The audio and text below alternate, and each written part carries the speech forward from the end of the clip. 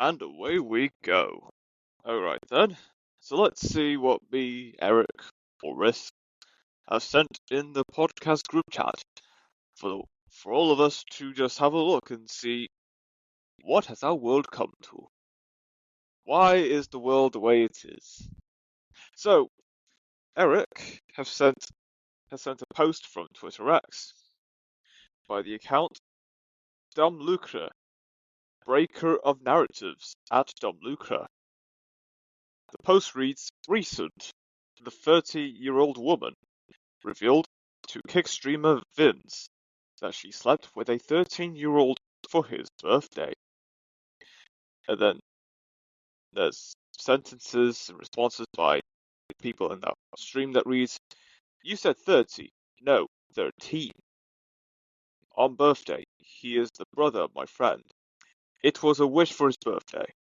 And then Eric responded directly to that post saying, casually admitting you slept with a 13-year-old is crazy.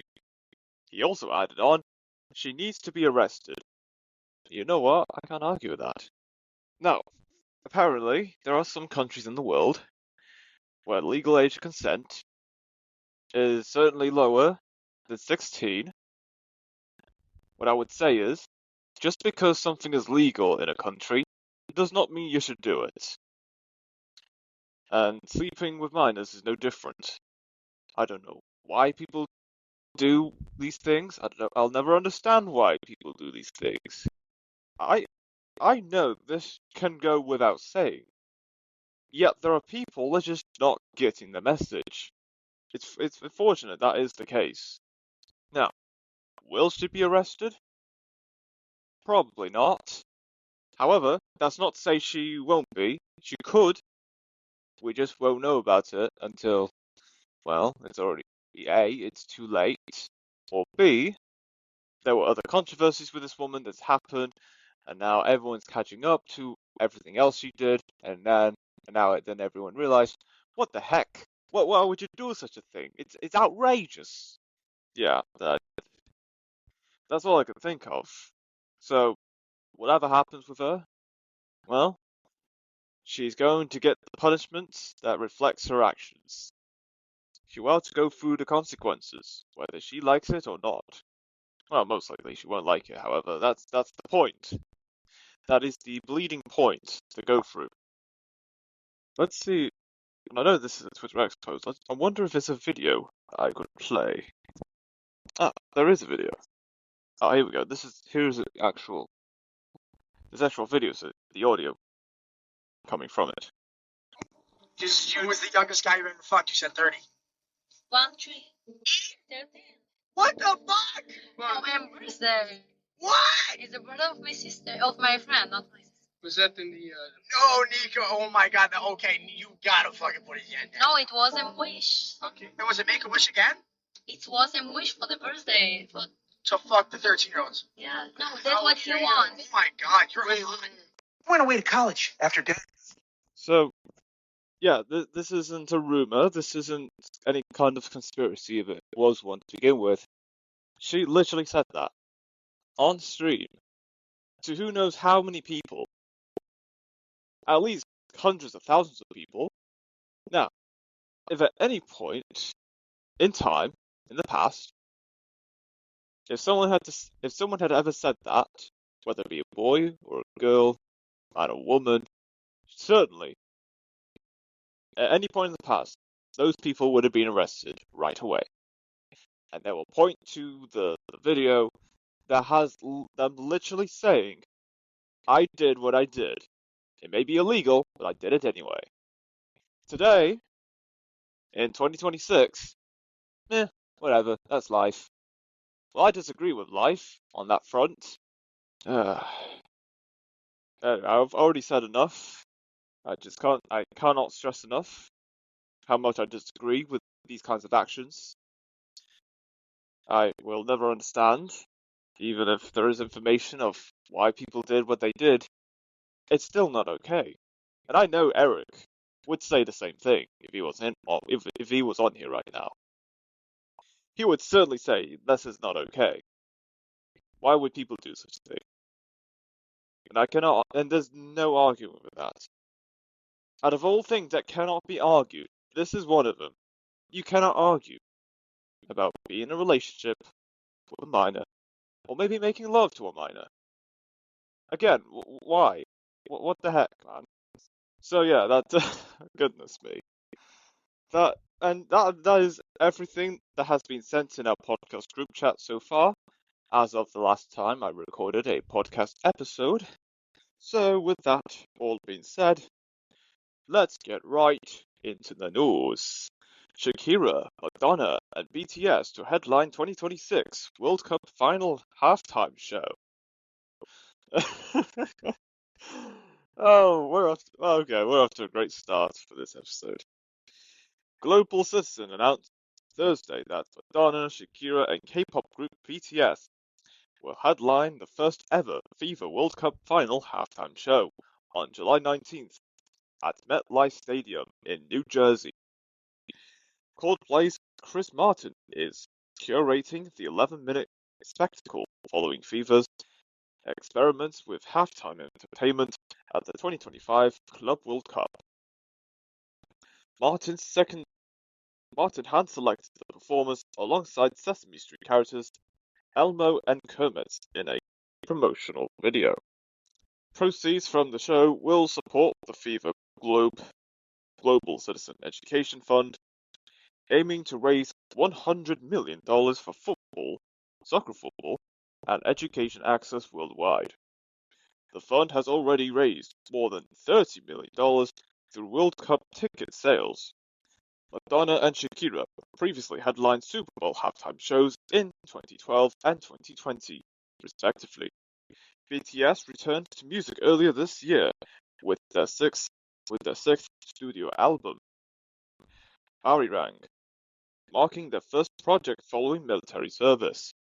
The 2026 FIFA World Cup, featuring 48 teams, kick off June 11th across the United States, Canada, and Mexico. FIFA President Gianni Infantino stated the halftime show will be a historic moment for the FIFA World Cup and a show benefiting the biggest sporting event in the world. Why now?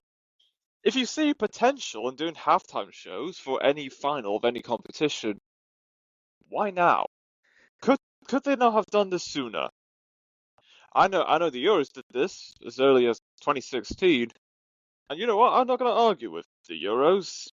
Anything to bring viewers and to help accelerate and elevate music careers, so be it. But still, why now with FIFA? Why do FIFA think it's a good idea to do halftime shows, even if there is financial benefit? No, it's too little too late. Now I'm starting to wonder if this year's FIFA World Cup wasn't even hosted not in the United States. Could FIFA still have gone ahead with the halftime show concept? Or is it just now that they're thinking, oh, let's have a halftime show at the final? All because the United States is one of few countries, well, not anymore, at least the country that even first started having the idea of having halftime shows for many decades, especially with the Super Bowl for the NFL. Knowing that history, that the United States, in terms of entertainment and sports, they're known for the halftime shows. Is it now this year FIFA are doing this because, well, it's in America. Why not adhere to the American way of life and the American ways of operation and negotiations, logistics? I'm telling you, the influence of the United States is underestimated. I'm not saying it's underrated, just understated. People do not know the power that the United States has. Even they don't do anything, they just, oh yeah, we're going to do this thing because United States did this back in the 90s or 80s or whatever. And also, the US knows something about cars, so why not build a lot of motorways and highways for people in cars to get from place to place? I'm just saying, if there are people that aren't fully bought into the United States way of life and doing things, okay, they don't have to. They don't have to do that. That's not to say there are people that will do it, which there are. And remember, like I mentioned about the concept of cars and building highways, around the 50s and 60s, a lot of countries in Europe and other countries around the world, to some extent, had started experimenting with building new roads and paving them to make way for cars. And then eventually, an oil crisis somewhere in the 1970s hit, and then it came to a point that countries were trying to figure out how to continue their way of life when the supply of oil to fuel our cars is very limited. And it was that moment is when countries like Denmark, the Netherlands, Germany, Sweden, Norway, and other European countries that I think could have made the change. However, there's not enough information if that was even visible to begin with. I know a lot of countries in Europe, whilst car ownership and highways were on the rise in such countries in Europe, ever since that dynamic oil crisis of somewhere in the 1970s had hit, countries in Europe have gone creative with how they try to limit using our cars and using more of other modes of getting around, like walking, cycling, taking the bus, maybe a train to get from town to town. And it was that moment, and I know one country, or maybe two, I can't remember. I know that there was a lot coming around from Denmark and the Netherlands when that 1970s oil crisis hit. I know either one or two of them announced that one day of the week, don't don't use your cars, go cycling instead. And turns out everyone in Denmark and the Netherlands seemed to like that idea. So the national governments of both countries are like, you know what? Why don't we implement this and make this permanent? And then the rest was history.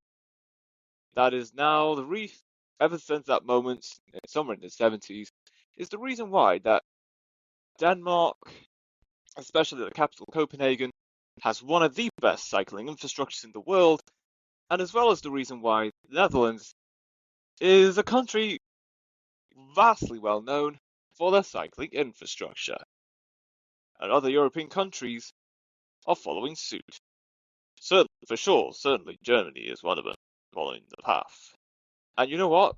Whatever's going on right now with the blockage of the Strait of Hormuz, the limits of oil exports going back and forth between Iran and other countries, this is, no, I'm not saying this is worse than that 1970s oil crisis. It kind of rhymes in a way. It doesn't repeat itself exactly, but history rhymes in ways that are familiar to us. And of course, when there's the limits, when there's a vast limitation of oil supply to fuel cars and generate power and electricity, or whatever oil is also used for. So it comes to a point that people are going to have to be creative about how do they continue with life without having to rely on oil. And countries like Denmark, the Netherlands, Germany, of course, France, especially Paris, as well as no, not countries, places in Spain also making the move to some extent. Uh, I think those countries are well prepared for whatever oil crisis is yet to come. And I'm not just talking about the one that we're in right now. I'm talking in the future. Now, of course, I really went off track with the FIFA World Cup and halftime shows. That was quite the drift off. So back to the story about halftime shows at the FIFA World Cup. I'm not too against the idea of halftime shows. All I'm asking is, why now? And even if there are lots of benefits with having halftime shows, of all times you could have done this, why now? UEFA had done this years ago, like as early as 2016, last time I remember, when there was a halftime show, although they didn't call it that, I suppose. And oh boy, for some reason, I remember it so well. That was quite the time to be alive. Oh yes, it sure was. The past is in the past, and we should leave it there. We should we should progress on with what goes on today, in the present time. So, ending off on the story about halftime shows and World Cup. Yeah, I've already said it. Let's see how this halftime show goes. Maybe there will be a success. I'd assume there will be. I still question if FIFA would have gone ahead with this idea anyway. If this year's FIFA World Cup was hosted in a different country on a different continent. I honestly, if that was the case, we're having the World Cup in a different country that's not the United States, I don't believe the idea of having a halftime show would ever came to fruition in the first place.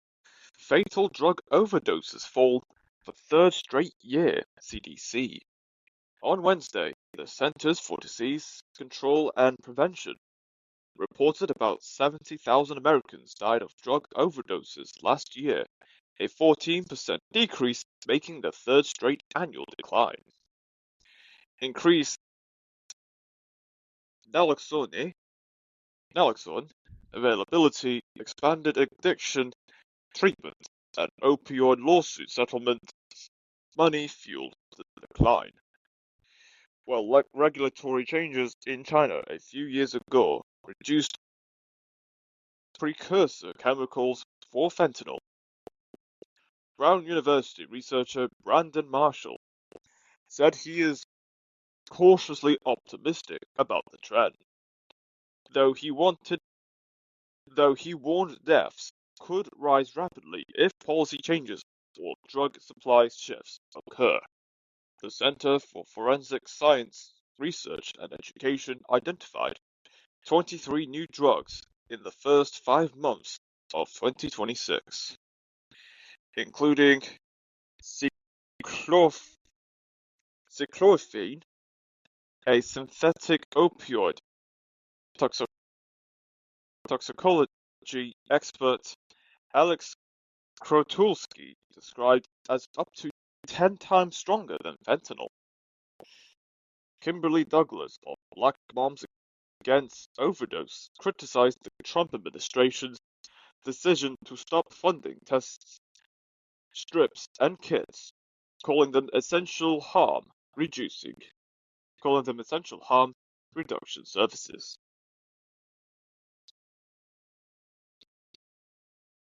Well, I don't have much to say on this particular aspect. I do have a strong opinion on this story. However, drugs are no laughing matter, nor is it as good as most people think it is. It can be dangerous if consumed too many times and in large quantities, which in itself is bad enough as it is. So, don't do drugs, kids. It's not worth it. And I'm not talking out of experience. I just know people taking whatever substances that they have taken in the past, and it's not worth it. Just don't do it, please. And even if there are doctors that prescribe you with specific drugs to help with whatever condition or virus or whatever health problem you have, be careful with how much you're consuming to treat whatever health problem you currently have. There's a reason why certain doctors would only prescribe particular drugs to certain people to tackle particular health problems. I'm not a health expert. I know that there are procedures and there's a high standard of providing the best health to everyday people. But of course, nothing against the health industry or health sector. That's not always true. That's not to say that there are people that want the worst for your health, sometimes money has to flow through somewhere to ensure that some industries stay afloat and be able to provide more of what you need to keep yourself alive. I know that's not going to make a lot of sense to people, and whilst I will still say it is important to follow health advice to the best of your ability, and always question about side effects, impacts, and cases of people who have taken particular drugs experience something else that hasn't been said to them. It's important to question health experts on what you've been prescribed with. That's not to say don't listen to what they're saying. Don't just not question whatever they are giving you to treat whatever health problem you currently have. That's what I would say. So back to the story about drug overdoses fall for third straight year. I mean, that headline alone sounds great, but at what cost? How much of a decline is that? If it's by a lot, then okay, that's fantastic. But if it's not much of a difference, then you know what? A win is a win. We'll take it. It could be better. However, a win is a win. So long as we keep going with that trend, then, well, not everything's going to be rainbows and unicorns. However, I think at that particular trend that we're heading towards right now, a lot of people would be better off now with the current downward trend we're in with drug consumption, as opposed to people a couple of years ago. So, again, even if it's not much of a decline as people hoped it would be, at least there is a decline of drug consumption outside of prescriptions by doctors. Vancouver mayor uses 11 AI agents to do lots of work, says it's strictly personal. Yeah, we'll see about that. On Wednesday, Vancouver mayor Ken Sim defended his use of 11 AI agents, stating the technology were used strictly for personal tasks on a private computer never connected to city networks. Criticisms emerged after Sim remarked he uses these agents to perform work in the background, prompting rivals to question whether government data or residents' personal information was being shared. Sim stated the technology supported personal learning, including scanning news, tracking financial events, and dietary planning, and was never used to make city decisions or access confidential information. Rival mayoral candidate Karim Alam called for disclosure on how AI agents are used within government, stating Vancouverites deserve clear, strong rules and transparency from City Hall. Sim warned that spreading misinformation could discourage investment in Vancouver's technology sector, while encouraging residents to keep learning new skills and emphasizing his commitment to public trust. You know what? AI use for city work for any municipality is going to be a very, very important question later down the line, if not now. Look, I'm not going to argue with AI use to help with getting things done within your municipality as mayor of that municipality. Too much reliance on AI to get things done is a problem. I know a lot of people know this. AI is going to there's going to be more AI agents that's going to be developed in the next few years, and the presence of AI will continue to expand beyond its current levels. That does not mean that we should delegate all of our tasks towards AI agents. Because what if the AI agent goes offline? What if the servers that the AI agent is connected to stops working or it goes offline? What are you going to do then? You're going to have to use your brain for once. And that's a lot of hard work for those junkies of AI technology users. Look, sometimes I use AI chatbots when I do use them, it is only when I'm looking for queries when I couldn't find any answers on any search engine.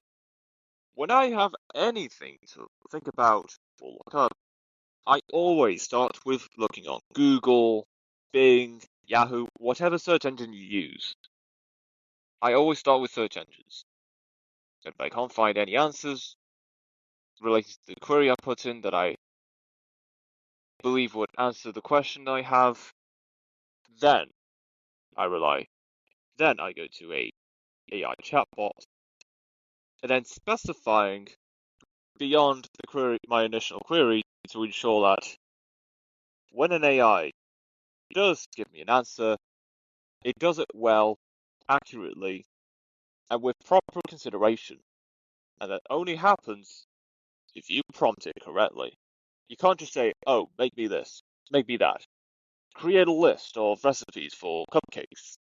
If you put simple prompts to an AI chatbot, you're just going to get simple answers. If you put different layers of context and role-playing perspectives, then maybe you might get answers that more than just answers your question. It also gives you deeper insight into your original query to begin with. That's what I've learned from using artificial intelligence. And this is certainly one of the biggest issues with a lot of people using AI. They think they just type anything and get the answer they want. What if they could get more than just the answer that they want? If they have applied role-playing tactics, included additional layered context and additional nuances to the query that they want to ask AI, perhaps they could get a more detailed, clarified, and comprehensive answer that more than just answers their initial question. It also provides additional insight that not many people would think or would even bat an eye about. It is very important. It sure is. Miley Cyrus joined Sabrina Carpenter, Miles Teller, Anya Taylor-Joy, and more at Dior Cruise Show 2027. Dior is hosting a star-studded fashion show. Miley Cyrus, Sabrina Carpenter, Miles Teller, and Anya Taylor-Joy all posed for photos as they arrive at the 2027 Dior Cruise Show on Wednesday, May 13th. Held at the Los Angeles County Museum of Art, LACMA, in Los Angeles. For the fashion event, Miley looked cool in a denim-on-denim outfit, while Sabrina donned a buttery yellow-colored ruffled dress. Dior creative director Jonathan Anderson presented his highly anticipated debut Cruise 2027 collection during the show set against the backdrop of LACMA's newly opened David Geffen galleries. Other stars in attendance included Mikey Madison, Tracy Ellis Ross, Macaulay Culkin, Taylor Russell, Miranda Kerr, Lakeith Stanfield, along with many more. I'm looking at the photos of these celebrities that appeared, so Miley Cyrus, Jeff Goldblum and wife Emily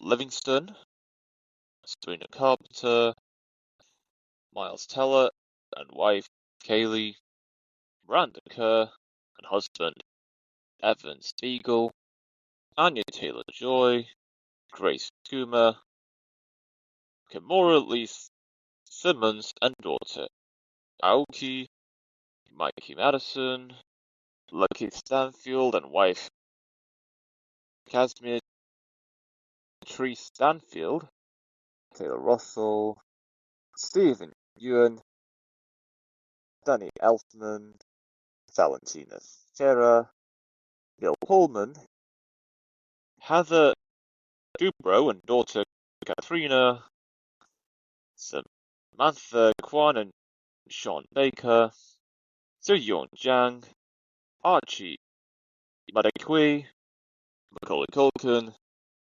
Leslie Mann, Owen Thiel, DJ Johnson, Jake Shane, Shay Mitchell, Dominic Fike, Fike, Paul W. Downs, Tracy Ellis Ross, Ether Ross McGregor, EJ, EJAE, and partner Sam Kim, Greta Lee, Suju Park, Eileen Gu, Chase Sweet Wonders, Jay Shetty, I've actually heard of that guy a while ago, Derek Blasberg, Gia Coppola,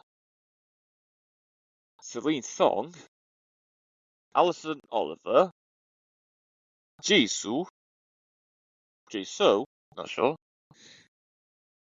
Yeah, that's all the celebrities with photos of them that have attended the Dior Cruise Show 2027. Now, I can't say I know many of these people, nor have I even pronounced their name correctly. I'm not gonna lie. I know